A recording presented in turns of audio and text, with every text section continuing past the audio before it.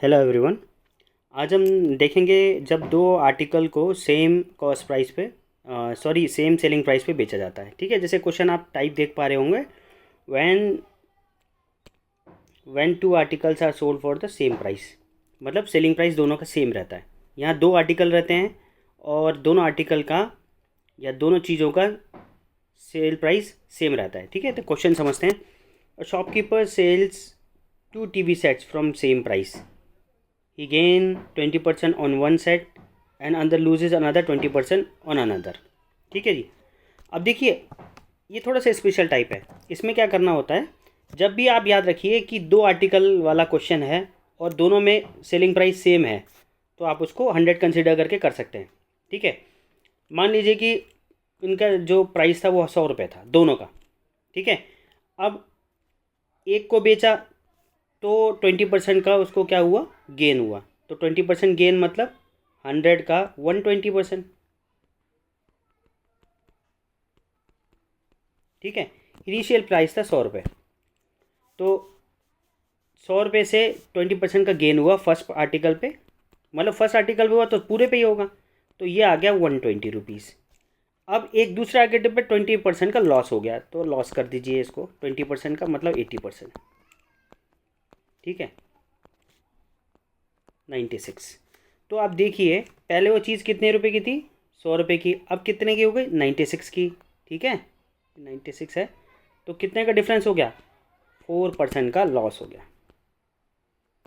ठीक है ना, 100 रुपये का आर्टिकल था, फाइनली 96 रुपये में आपको मिल रहे हैं, तो 4% का लॉस हो गया। अब ये लॉस परसेंट का फॉर्मूला है, तो लॉस परसेंट में देखिए 100 है इसलिए डायरेक्ट 4% कर दिया। वैसे लॉस परसेंट निकालेंगे इसमें, तो लॉस परसेंट क्या होगा, लॉस हो गया 4 का अपॉन CP इंटू 100, तो यहाँ से भी आपका 4% ही आएगा। ये फॉर्मूले से निकाला है, और डायरेक्ट करना चाहे तो डायरेक्ट भी कर सकते हैं। ठीक है, तो ये एक टाइप हो गया। इसमें देखिए एक और क्वेश्चन है, इसमें भी थोड़ा ध्यान करिएगा, बस आपको ये याद रखना है। देखिए जो इसमें दूसरा वाला क्वेश्चन है ना, ये देखिए दूसरे वाले क्वेश्चन है, मर्चेंट सेल्स 2 आर्टिकल 99 ईच। ठीक है, अब आपको ये देख के ये घबराना नहीं है कि 99 रुपीज़ दे दिया इसने, कोई बात नहीं। अगर दोनों का सेलिंग प्राइस सेम है और एक में प्रॉफिट एक में लॉस हो रहा है, तो आप 100 कंसिडर करके मान कर सकते हैं। इसको भी कैसे कर सकते हैं, देखिए फिर से देखते हैं।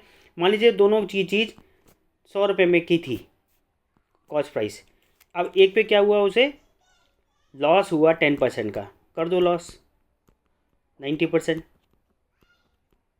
ठीक है, मतलब वो चीज़ हो गई 90 की। अब क्या हुआ, फिर एक पे फिर दूसरे पे उसे 10% का गेन हुआ, तो गेन कर दीजिए। ठीक है, तो 99 हो गया। इनिशियल प्राइस कितना था, 100 रुपये, अब कितने का जा रहा है, 99 का, तो क्या हो गया, 1% लॉस। डायरेक्ट कर सकते हैं आप इसको, 99 देख के आप इसको वैसे मत करिएगा।